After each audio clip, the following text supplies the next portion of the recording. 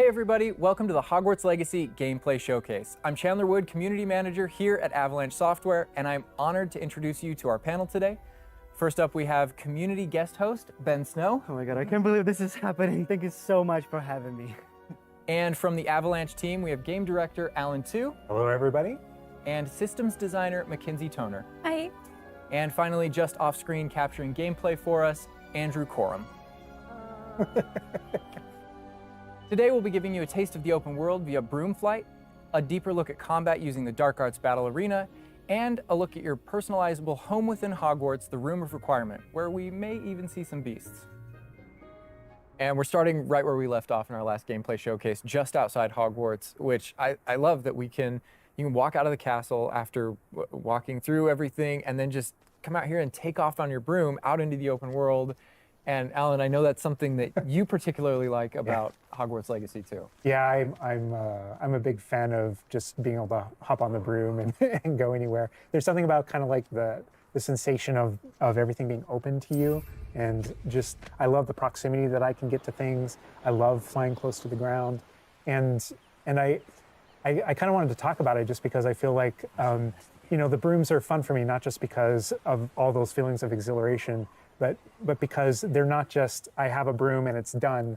I actually kind of like some of the mechanics in it. So you see in the lower right, there's a meter there, and occasionally as Andrew's kind of flying up or flying down, you might notice it draining or not. And this isn't the present day where all the broom technology is well known and advanced and everything that we know and love. This is an earlier time where they're still trying to figure out, we're not at the 3,000 yet, we're at the 11. So. Oh my goodness, I'm just so speechless right now because this is just so beautiful. The world just looks so, by the way, the broom, is that like the only one, or can you like upgrade that broom to go faster? Yeah, so we have a shop in Hogsmeade, actually a broom shop. And so that sells a variety of different brooms. And it was important to us that the player could customize themselves based on their own aesthetic. So they're purely cosmetic, but if you talk to the shopkeep and help him out, he'll actually sell upgrades. Yeah, and those upgrades will make it so that where normally the broom, you can only fly, you can only go at max speed. It's kind of like a turbo meter down there. You can only go at max speed without the meter going down, kind of closer to the ground. And as you raise into the air, you'll notice the meter drop. And so those upgrades will allow you to increase that distance from the ground. And the broom owner at the sporting goods store in Hogsmeade is trying to perfect the broom and get better at it and know it better. And you can participate that and get better and better brooms through that. And I love that mechanic encourages you to actually explore the world and kind of stay close to the ground. It's not just a travel mechanic, point A to point B. You're not just flying high over everything, although it is beautiful, something I really love doing, but as well, there's lots to explore on the ground, and so kind of keeping you down at the ground level. And to me, it feels like it's got this kind of surfing vibe over the... Oh my god, I'm just like, I want to snatch the controller from Andrew right now because I want to go to the mountaintop, I'm going to the forest, and to that hamlet, or, I don't know if that's how it's called. I think that's what it is. No, it's awesome. We're actually gonna land here, and I feel like that you call it a hamlet is just perfect, just because that's what we refer to it as. And so we all know from lore that Hogsmeade is the only all wizarding village within Britain, but we wanted other opportunities to kind of meet other characters out here and to kind of populate the landscape, so it's not just kind of barren as you leave out this direction and that direction.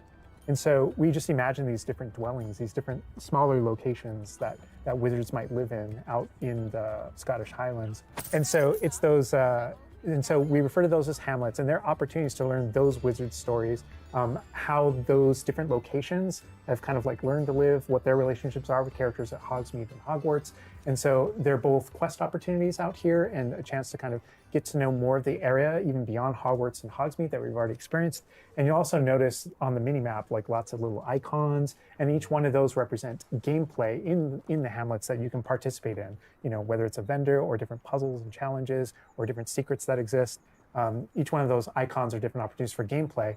And you'll notice that same thing as we venture out into the open world as well. So when you go out into the open world and you see those icons, whether they're on the mini-map or on your map or off in the distance, those things are opportunities to say, like, I want to increase my inventory capacity. They're puzzles left behind by old wizards, that you can solve that actually grant you those. If you see ruins off in the distance and you visit them, you might find opportunities to actually expand and learn about your ancient magic.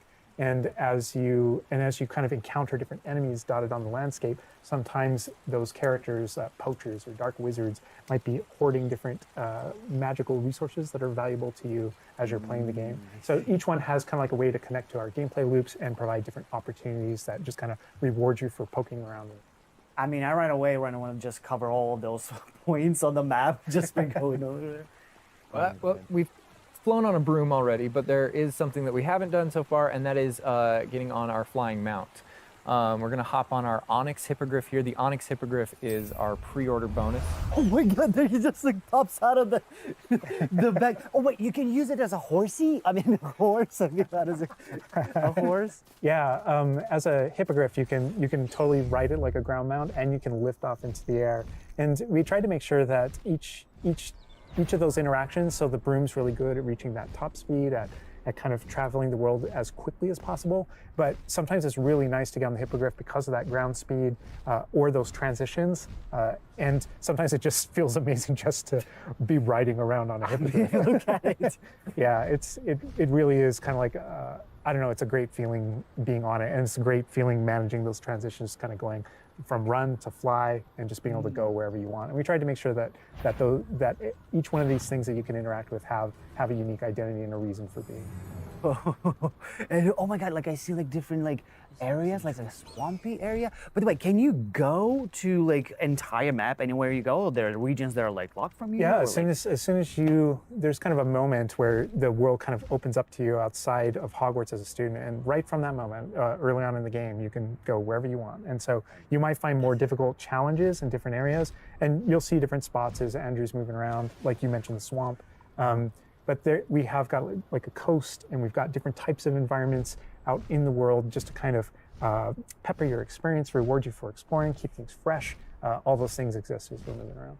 So cool. And I love that windmill. It's like so rustic. Like I keep forgetting that this is like 1800s. The Wizarding World we've never really seen before. Like it feels so authentic. Like it's part of it.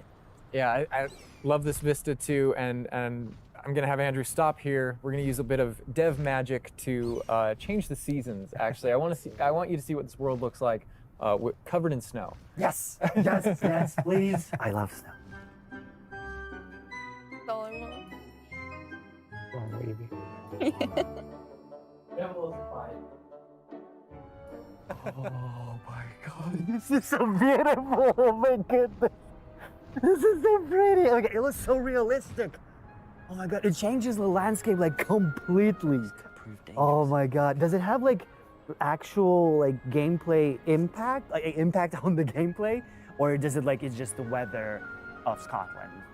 Yeah, we really use it as a narrative marker through the game. So as you're progressing through your main storyline, it was important for us to kind of like have those moments that kind of felt like when you're reading the books or watching the movies where, you'll see kind of like the title card winter and now the landscape has changed and you're really feeling that passage of time while you're a student, going through your year at Hogwarts.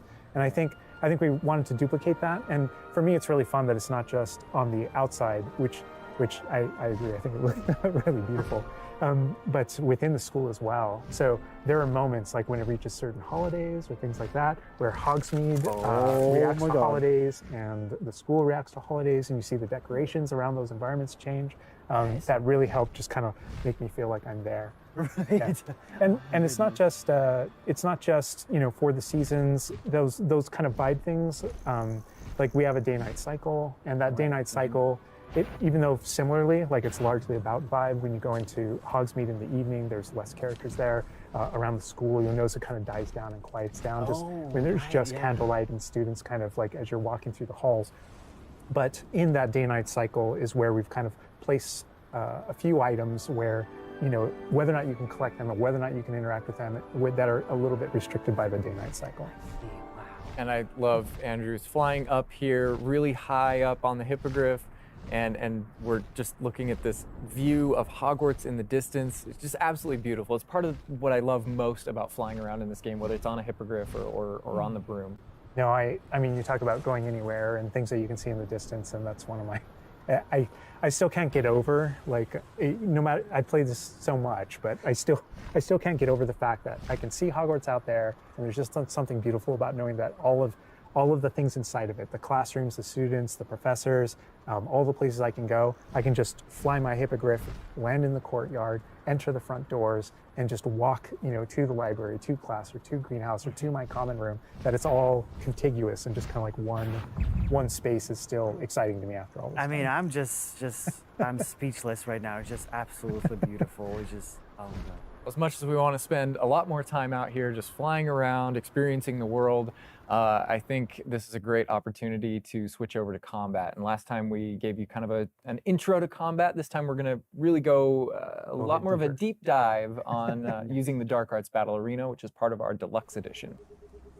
All right, Andrew's got us in the Forbidden Forest, which is where the Dark Arts Battle Arena is. Which is part of the Deluxe and Digital Deluxe Edition. I love the way that the Dark Arts Battle Arena is actually part of the world. It's integrated into the world, so your experience is more immersive than just choosing an option from the main menu of the game or something like that. A reason to go to the Forbidden Forest. Exactly. There are many reasons to go to the Forbidden Forest, but he's also wearing the Dark Arts cosmetic set, and here he's pulling out the Thestral, which is Oh my God. part of that Dark Arts pack from the Deluxe and Digital Deluxe Edition. So we're going full Dark Arts here. That's good. That's what I like going down. But I like this this battle arena. It is a great place to show off really combat in a big way, because it unlocks some interesting abilities for you and allows you to really play around with combat in a deep way. And is this like the only arena like this in the game where you can like practice? And Yeah, do... so in the base game we have 2 combat arenas normally, and so everyone has access to those. And each of the combat arenas are an opportunity to kind of just go through a difficult combat challenge, fight through multiple waves, in order to earn a different cosmetic for your character and add that to your collection. In the case of that's no different than the Dark Arts Battle Arena. That's also true, the combat arena. But one of the things that we're excited about in the Dark Arts Battle Arena that people can do is you come in preloaded with different abilities. So the unforgivable curses are something that everyone's going to have access to through the base game and going to be able to earn, and they can make choices in order to kind of like add that to their repertoire, and they can also commit to that down with certain talents and things like that. When you play the Dark Arts Combat Arena, you actually have access to all those things as kind of like a way to test them all. And so it's a chance to kind of like tour and play with the Dark Arts and decide whether or not that is a path that you kind of want to go down. But yeah, everyone has the same ability to explore the Dark Arts. This is just kind of like a way of previewing. And again, a great place for us to show off combat in general. So I think we're gonna jump in here. Andrew's gonna start battling, and we can start talking about everything you're seeing on the screen. All right. Oh, they just about the cadavers right away. Oh my God. We're starting off strong. Oh my God. Strong. Was that Kujio? Oh my God. That's so cool. Yeah, so that you'll notice right away, like when we used Avada Kedavra, that guy's health bar went from instant to 0, and we really are trying to honor the way Avada Kedavra works in the game, even in some pretty extreme situations. You'll notice that like the meter takes up a lot longer to a little kind of cooldown. build up as a way to kind of deal with its extreme power, just so that it's still fun to use. And then there's some ways that we'll probably talk about to adjust that. But I don't know. I don't know if there are things on the screen that you just have questions about. Well, like I see like little blue things pop up from the enemies. Also, before like that sign, well, it's like, so in the community we call it the ancient magic sign. I don't know if that's how it's called. Yeah. In the game. So the community is astute. So on the development side and in player facing in the game, we reference that as your ancient magic community. Oh, so it is ancient magic. That is, yeah. So as your abilities in the game keep growing and you become exposed to some of the secrets about your own kind of mystery and your own abilities, you start unlocking new powers. So one of those powers, you'll see the R1 button appearing throughout the game. That's an ancient magic throw, we call it, that allows you to kind of like draw an object to you and fling it at an enemy. Okay. But whenever you see the R1 or the L1 plus R1 appear over somebody's head, that's an ability to cast a very devastating and powerful ancient magic spell to do a ton of damage against the character. I see. And the way that manifests itself depends on the type of enemy that you're fighting. And you'll see a wide variety of enemies in here that are pressuring the player in different ways. You'll notice there's abilities that kind of bubble up under the player as he's fighting that force him to move. And there's different ways that we want the player to kind of move around on the battlefield. And that's actually a good link to the ancient magic meter in general. And the reason why I say that is because as you're doing different things in combat, you're protegoing and you're doing different abilities and you can kind of spec into it with your talents, there are different ways to get that meter to build faster and faster. But one of the most effective base ways to build up that meter fast, that way you can launch these devastating attacks whenever you want to, is to actually perform combos. So you see that combo appearing, and it's almost like your emotions are building up, and then basically that builds up enough that you can attack someone.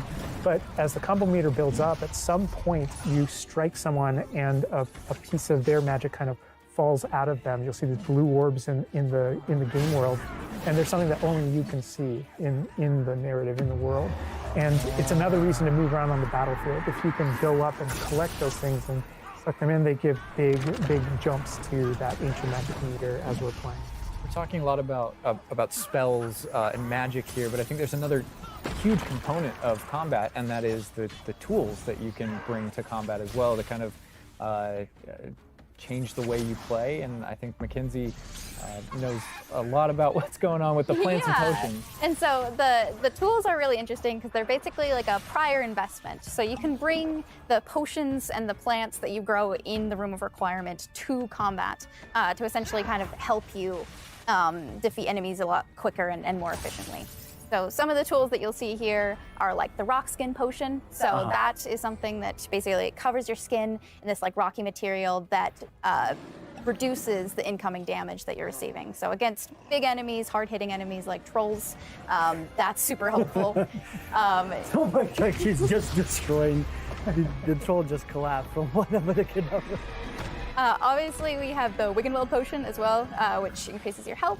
And then we have the focus potion. So when Alan talks about having to balance Avada Kedavra with a long cooldown, because obviously it's an instant kill, one thing that you could do is brew a focus potion, and that will increase how quickly your cooldowns regain. Right. Oh my god, there's just so much like versatility, like in what the character is doing to the troll right now. Like he's just bouncing around the arena. He's like not. And the troll makes him move around too, looks like. And I love that our plants are violent. Yes, and so that's like when we were talking about the setup of the arena, you also have plants that you can fight with. And so we have things like the venomous tentacula that you can put down, and it acts like a turret, and it just kind of shoots enemies around the battlefield. That is so cool. This is like a truly like Hufflepuffian way to approach the battle. Yes. No, that was super important to us, that there were these like multiple ways. And so you can see there's a ton of different things that you can use. The mandrake is one, so you can pull it out and it stuns with its like piercing cries enemies in a radius.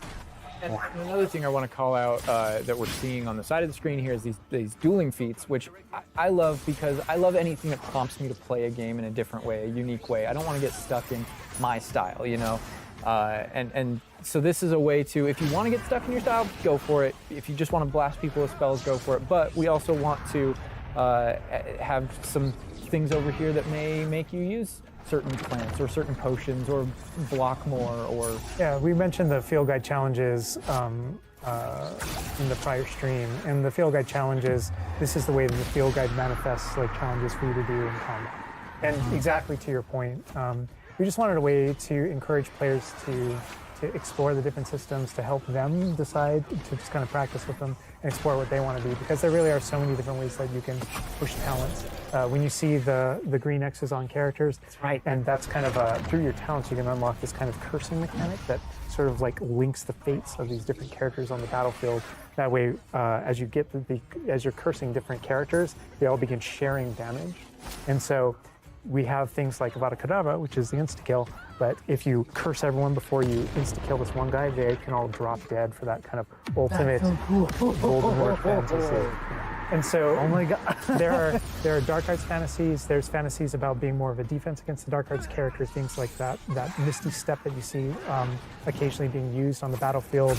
And we can also spec into our potions and plants to make them more powerful and more efficacious. So it's all about which type of player you feel like you are and whether or not you want to play with prep on the fly or with deliberation, and those are all different options. That is so cool because like it's like I see so much like going on the screen, just so much complexity, and I want to just try it myself, like which style works best. I mean, I feel like it's the dark arts is going to be the easiest route, but You're that our ancient audience. magic, to be honest, feels like much more powerful than just the dark arts. Yeah. To be fair. And speaking of plants and potions, we're going to be putting the dark arts away, put those unforgivable curses away, and heading to the Room of Requirement, which is your home within Hogwarts, a personalizable space that actually has some utility as well, where you get to brew things and grow things and also care for some beasts. All right, Andrew's got us in the Room of Requirement, wearing, we kind of went casual mode on the outfit here, wearing a nice jumper.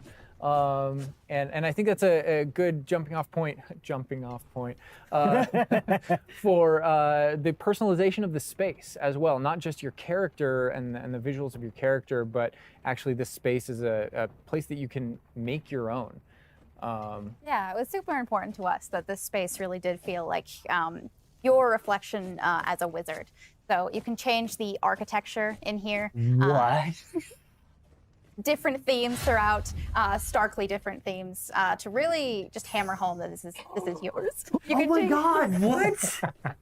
This is beautiful. We never expected that to be. Oh my god. That's the thing, is not only can you change the architecture here, but you can actually conjure little objects into this space, as you can see. So there's like statues that you can do, and ornaments and tables and rugs and just a bunch of little things that really flesh out the space and bring it to life. Oh my goodness, because like we had an idea that those places where you brew stuff, that's where you can change, but you can do all of this. Where do you even get this stuff? Like there's a furniture store? Yeah, so we call them conjurations. And the conjuration recipes can be purchased at Tomes and Scrolls in Hogsmeade. But also as you engage in different types of gameplay throughout the world, you'll be rewarded with different objects. That's so cool. And you change color? You can change the color, you can change the size of it, and you can place it basically anywhere. Oh my god, it's so tiny. It's like for baby Niffler.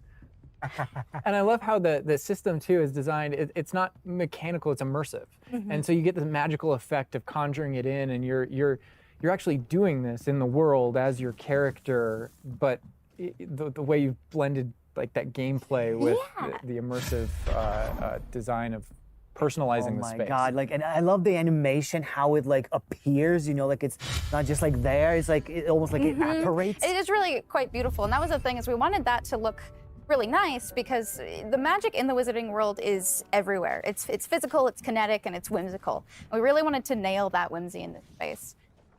Another thing that I wanted to discuss is that not only can you like conjure things and you can change their look, but you can do that with the utility objects as well. So you can see that we have planting pots and potion stations, and you can change the look of those as well. And these are the areas where, as we had mentioned previously, you'll be growing your plants, you'll be brewing your potions. Right. So while you're also doing these like kind of nurturing based activities, this is also the space where you would bring your gear to be identified and gear to have like rates put on it, which I believe Alan can talk to. Oh. Yeah, we keep bringing up appearance and how it looks, and on a, like in the game you can look like anything you want to whenever you want to, but the player will be finding different types of gear, that we call it, as you progress through the game. And essentially we just know that clothes and different items in the wizarding world can have different magical properties. And as you explore and as you adventure and as you defeat enemies, you're going to be finding different pieces of gear that have different abilities, and that can help you in your journey and are a major part of you kind of growing as a wizard and advancing as a wizard. And so There's a huge list. and not all the time, whenever you get a new piece of gear, you don't necessarily know exactly what it does.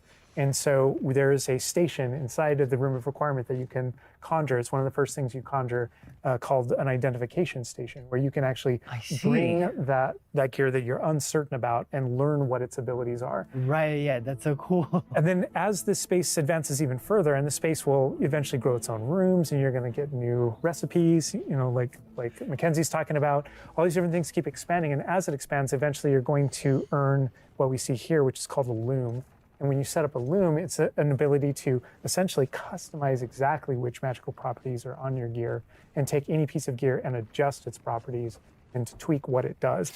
And I mentioned earlier that you can make anything look like anything. The collection of appearances, we call it, or cosmetics, we've been referring to it in this stream.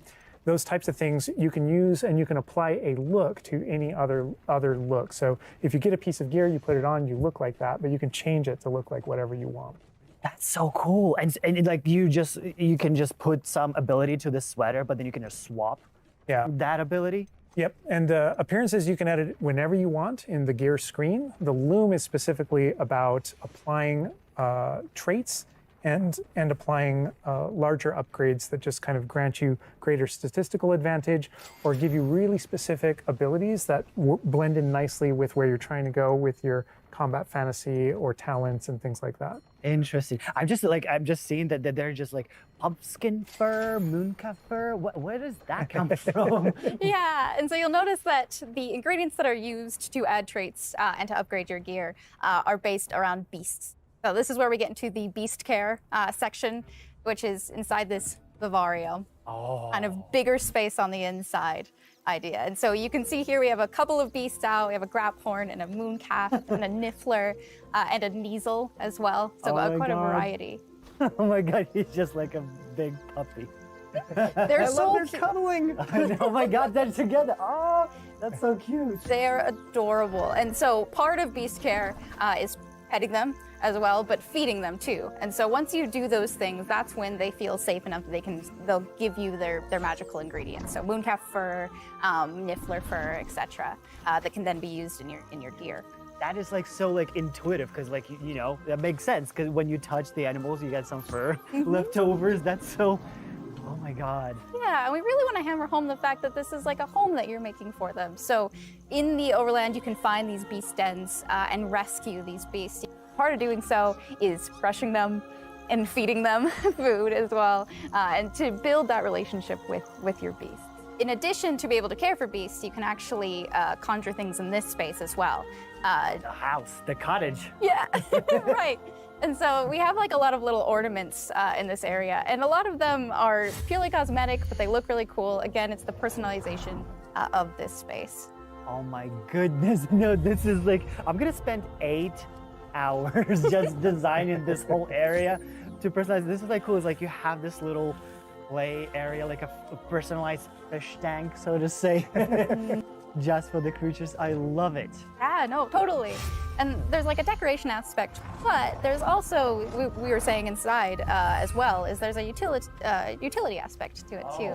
So as you progress in the game and you're able to purchase more conjurations, you're able to speed up your process. So one of them, for example, is the food processor, which allows for the beast in the space to automatically get feed, so you don't have to do it manually. And so you're really building the progression for yourself here. In addition, there's also a toy box where you can play with your beasts. And you'll see here, yeah. So you can, there's a bunch of toys in it, and each beast has their own favorite toy. So as you can imagine, the mooncalf really likes the moon ball, or the Kneasel, as like a little cat, really likes to chase the yarn ball as well. Right. And they're super cute. Oh my God. Watching them, it's so cute. And the big thing we really wanted to hammer home is that the world is a dangerous place. And so by going and rescuing these beasts and bringing them back here and caring for them, you're really helping them out. There's poachers in the overland who hunt these beasts for their material. So instead, you're caring for them. You're giving them a home. Right. Oh my God, this graphorn is just gigantic. But he looks like my dog. My dog right now, for sure. You could actually name them as well. So like your dog. So getting back into that personalization, you know, yeah, we didn't want you to just like throw in, oh, here's a Graphorn in here. Like, this can be named whatever Andrew's about to name them. Bruce. The good name. You know, we've created this really nice space, and you can get additional vivariums, correct, to different kind of aesthetics and looks to where you're keeping your beasts and caring for them.